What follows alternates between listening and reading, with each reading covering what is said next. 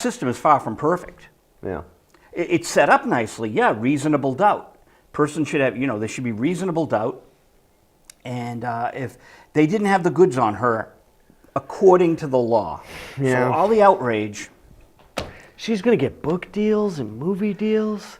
Well, the Son of Sam law doesn't apply because she's not guilty. And what's the Son of Sam law again? Son of Sam law is O.J. Simpson can't profit from his crimes. Well, he can. He can because he wasn't guilty. But someone who's found guilty, Phil Spector. Okay, yeah. Phil Spector can't write a book Right. about shooting that woman. Right. So that's the Son of Sam law. Again, innocent, according to our system of justice, and she's Unless free. the statute of limitations is passed, because there was that bank robber in Boston who did a train robbery like 30 years ago, and it was unsolved train robbery, and after 30 years he came out. Well, he was never convicted of the crime. He came out and wrote how he did it and wrote a whole book about it. I forget who that is. Sorry. Because there was probably no Son of Sam law at the time. It's either that or I don't even think he was brought to court. He did it, got away with it. It's I got it. Okay, great. Oh, now I understand. Yeah, statute of limitations is up. And he wrote a book. That's if brilliant. You rob a Brinks truck and 21 years or, it might be 7 years. But you have to be careful because these double jeopardy things, there's sometimes ways around them. That's you can't be convicted of the same crime twice? If that great movie with Tommy Lee Jones, I called it The Fugitive 3.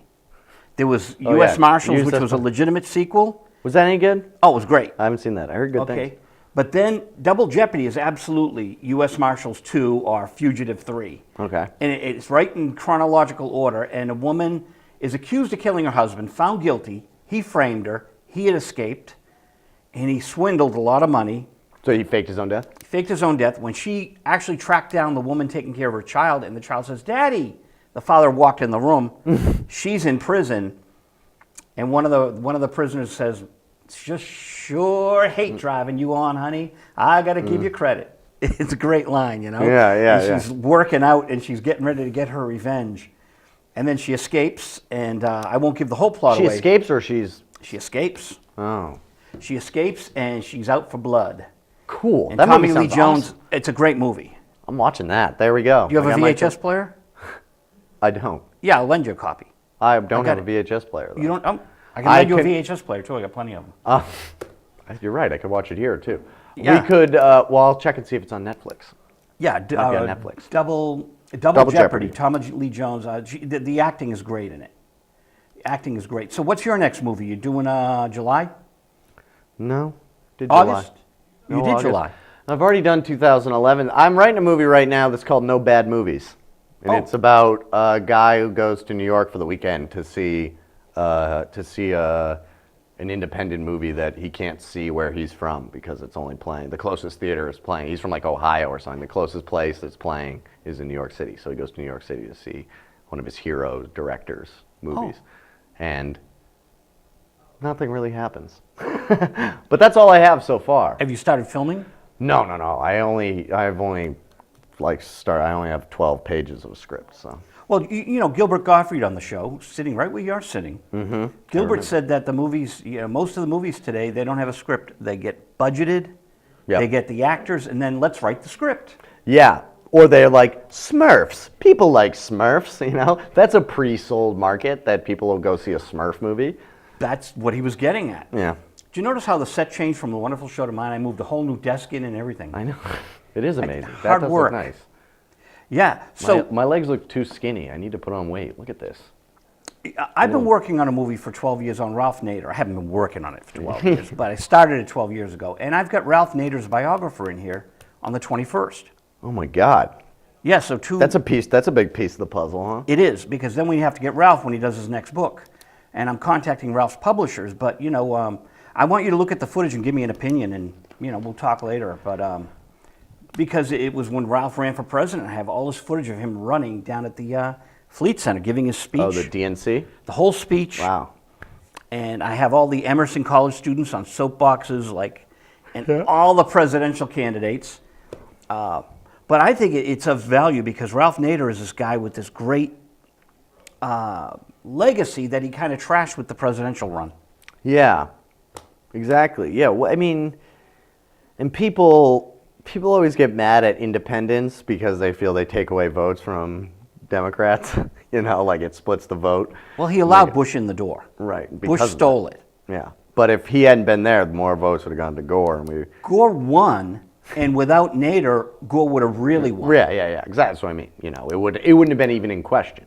Right, and Nader imploded it, and he brought us the Iraq War, I feel. If Ralph Nader But do you didn't run, we like Ralph wouldn't- Nader? I love Ralph Nader for what he's done. At Any Speed. Not at Any Speed was the book. I have it. I'll be bringing it in. About safety belts. Okay. He wrote a thing about the car industry, which was scathing. He did for the car industry what I'm doing for public access with my battles in court. I'm fighting for everyone's rights. Right. And he basically initiated seatbelt safety, right? Seatbelt, his book, Unsafe at Any Speed. Unsafe at Any Speed is a classic. He changed the way we live. I can't drive a car without my seatbelt on. I just can't do it. It makes me feel weird. But it's because it's been pounded into me since I was a kid. It was just like, you wear your seatbelt, And that's, it definitely wasn't like that when our parents were growing up, or when you were growing up, probably. I mean, and when I was growing up, forget it, in the 60s, I don't think they even existed. They had like lap belts, right? Yeah. They just had the belt that went across your lap. Well, that was in the 70s. Yeah. But in the 60s, I don't think there was anything.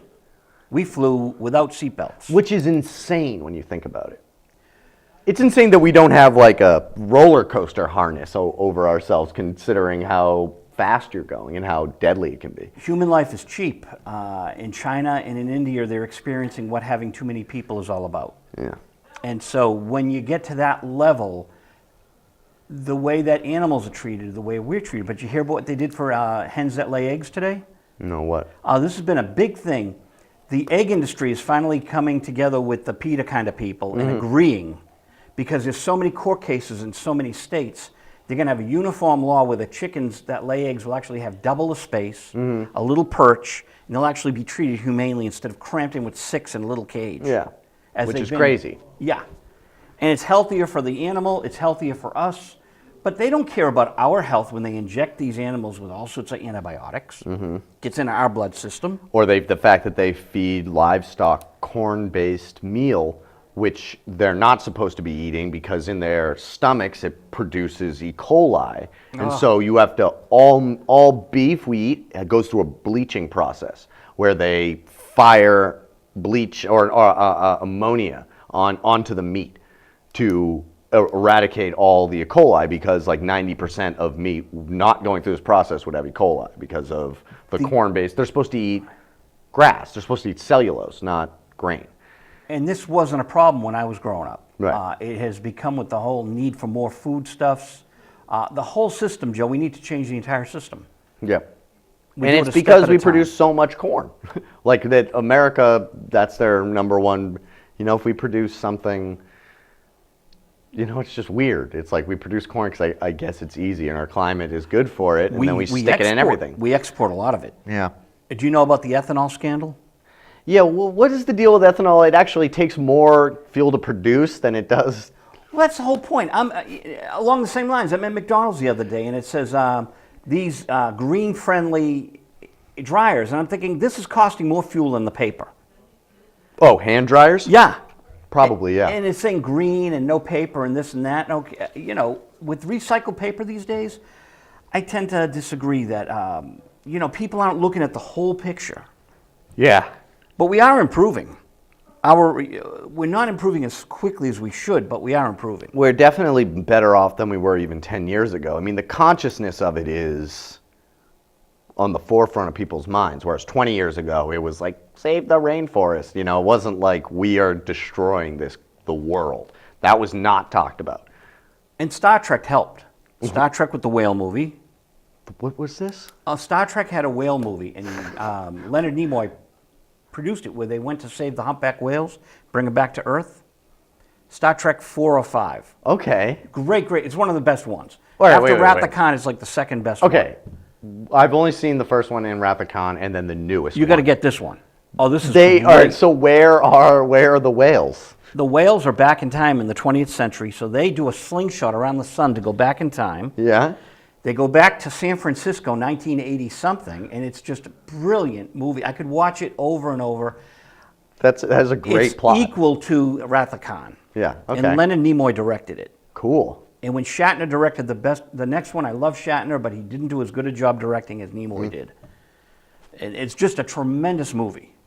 That's You a would love great it. that's a great plot. Let's see what we got going on here. Visual radio. Good evening, Joe. I hope you can take my call. If not, I'll talk to you after your show. How are you, John? Good. First, I can help you because I was just watching that Star Trek movie today. They went back to 1986.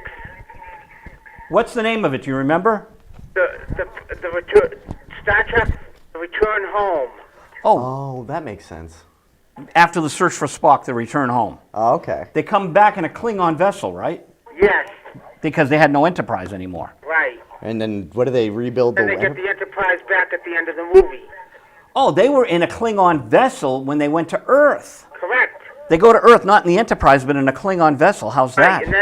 And then when they come back to Earth back in the future, Yeah. they're forgiven for all their sins because of bringing back the whales and Saving the planet. They're all on a shuttle trying to figure out where they're going to be going, and all of a sudden Kirk looks out the window and he says, "We're home."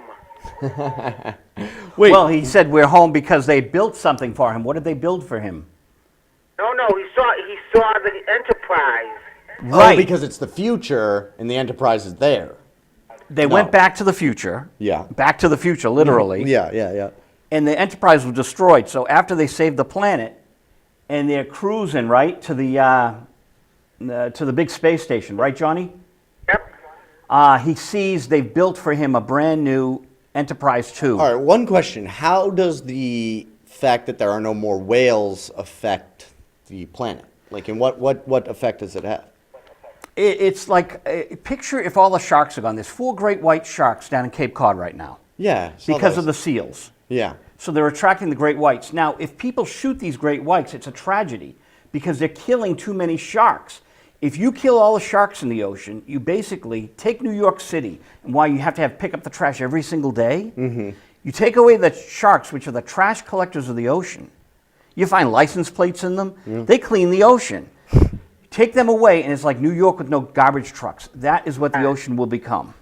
Wow. So our ecosystem is very carefully balanced. Yeah, so they just pick whales as just to make a point. Well, because the Japanese were killing them so frequently until Yeah. the whale wars stopped it, you know, that it just Yeah. stopped. Yeah, I mean, yeah. Oh, over there, I mean, we've stopped. We used to. Well, We've almost hunted them to extinction, right, Johnny? what? We've almost hunted the whales to extinction. Yes. You know, you left out one other superhero movie that comes out in about 2 more weeks. Captain America? Captain America: The First Avenger.